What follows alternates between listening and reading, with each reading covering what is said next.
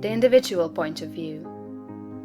Important as the matter of your point of view for the facts of social life is, it is of less moment than your viewpoint for your fellow men, for your acquaintances, friends, relatives, your immediate family, and most of all, yourself.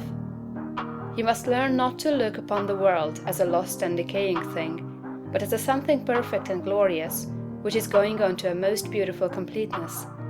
And you must learn to see men and women not as lost and accursed things, but as perfect beings advancing to become complete.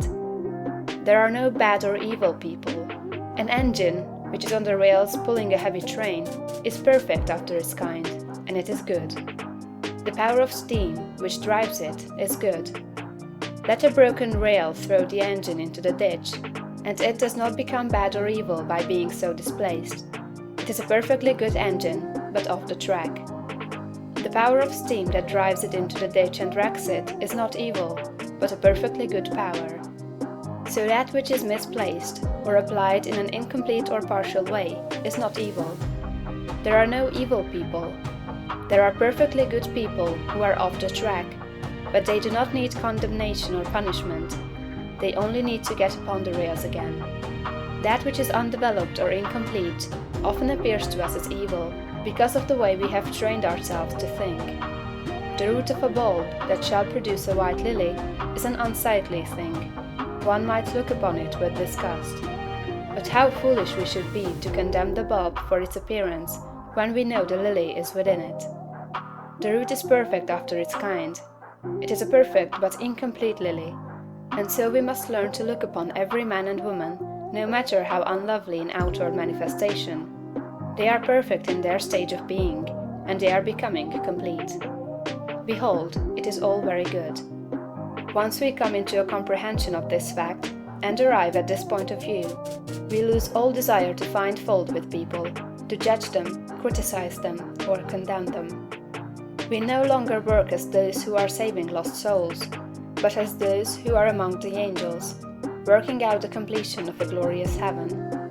We are born of the Spirit, and we see the kingdom of God. We no longer see man as trees walking, but our vision is complete. We have nothing but good words to say. It is all good, a great and glorious humanity coming to completeness. And in our association with man, this puts us into an expansive and enlarging attitude of mind. We see them as great beings, and we begin to deal with them and their affairs in a great way.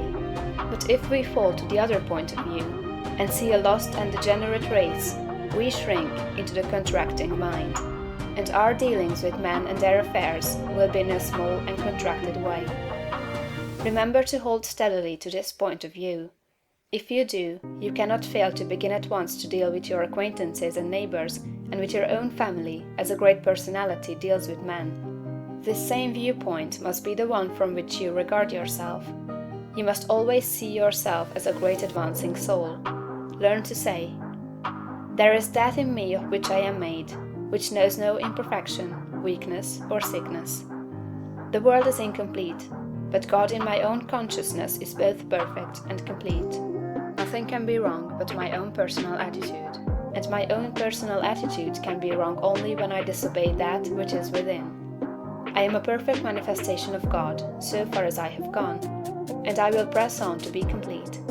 I will trust and not be afraid."